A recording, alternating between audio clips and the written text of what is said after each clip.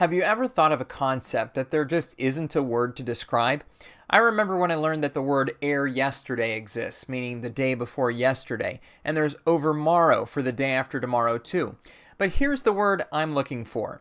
I want a word that we can use to discuss any group of congregations who self-identify as Christian and have some common characteristics that identify them as similar.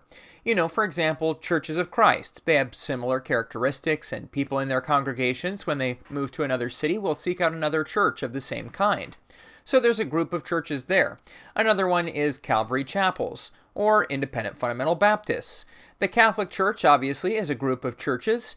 What if there was one word that we could use that would give a name to what all these groupings of churches are? Well, I have a proposal. The word is denomination. Now I know some people are upset. It seems like everyone has a reason why they don't want to be a denomination. Denomination, some say, means a structured organization that has control over local churches.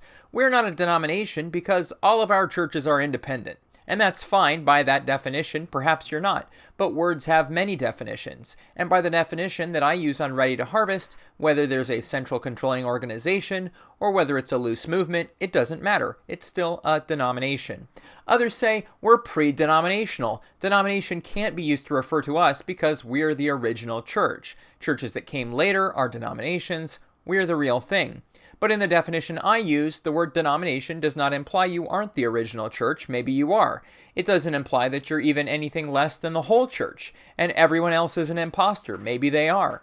All it says is that there are at least two congregations that have some kind of common identity. That's it. Here's a list of other things that don't exclude a denomination from being a denomination. Being a network or family of churches. Self-identifying as non-denominational.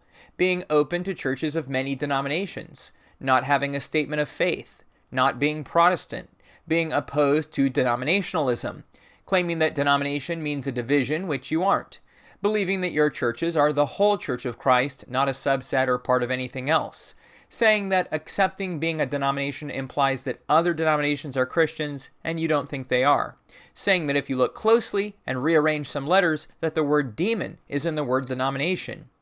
Here's my point. By some definitions of the word denomination, you may very well not be one. But the reality is, if you're not a lone wolf with just one church, and there's another church or two or 1,000 that have some way that they can be identified as similar to you, even if it's completely informal, even if it's in name only or history only, then you are, by at least one definition, a denomination.